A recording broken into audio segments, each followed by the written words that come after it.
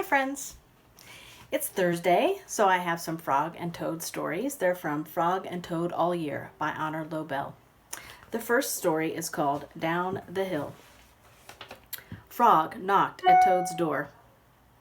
"Toad, wake up," he cried. "Come out and see how wonderful the winter is."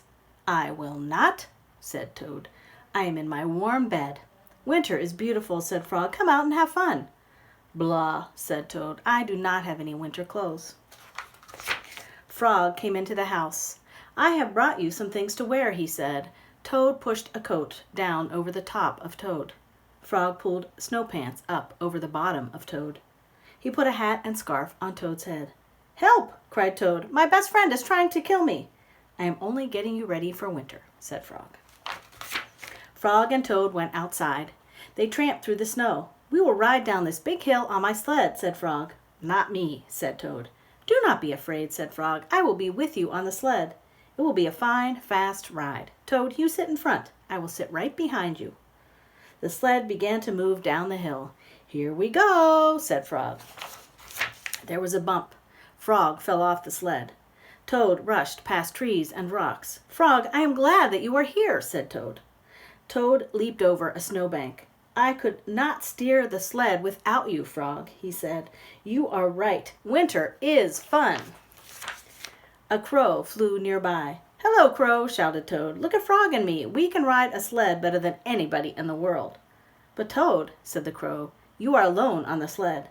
Toad looked around. He saw that Frog was not there. "I am all alone!" screamed Toad.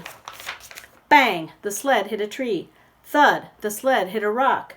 Plop! The sled dived into the snow. Frog came running down the hill. He pulled Toad out of the snow. "I saw everything," said Frog. "You did very well by yourself." "I did not," said Toad. "But there is one thing that I can do all by myself." "What is that?" asked Frog. "I can go home," said Toad. "Winter may be beautiful, but bed is much better." The corner. Frog and Toad were caught in the rain. They ran to Frog's house. "I am all wet," said Toad. "This day is spoiled." "Have some tea and cake," said Frog. "The rain will stop. If you stand near the stove, your clothes will soon be dry." "I will tell you a story while we are waiting," said Frog. "Oh, good," said Toad.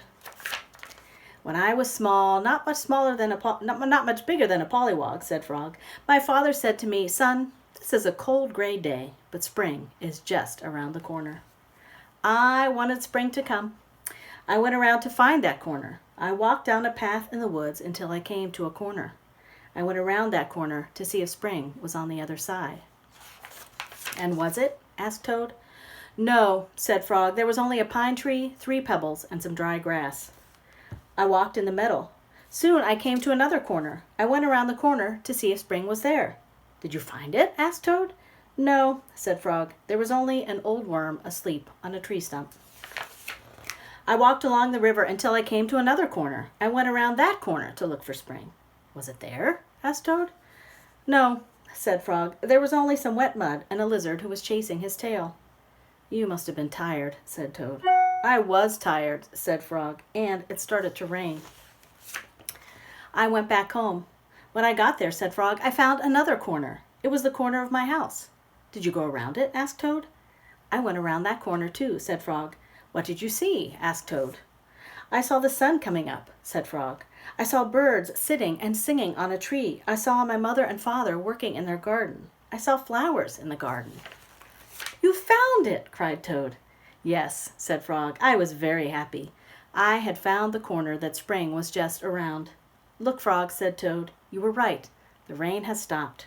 Frog and Toad hurried outside. They ran around the corner of Frog's house to make sure that spring had come again.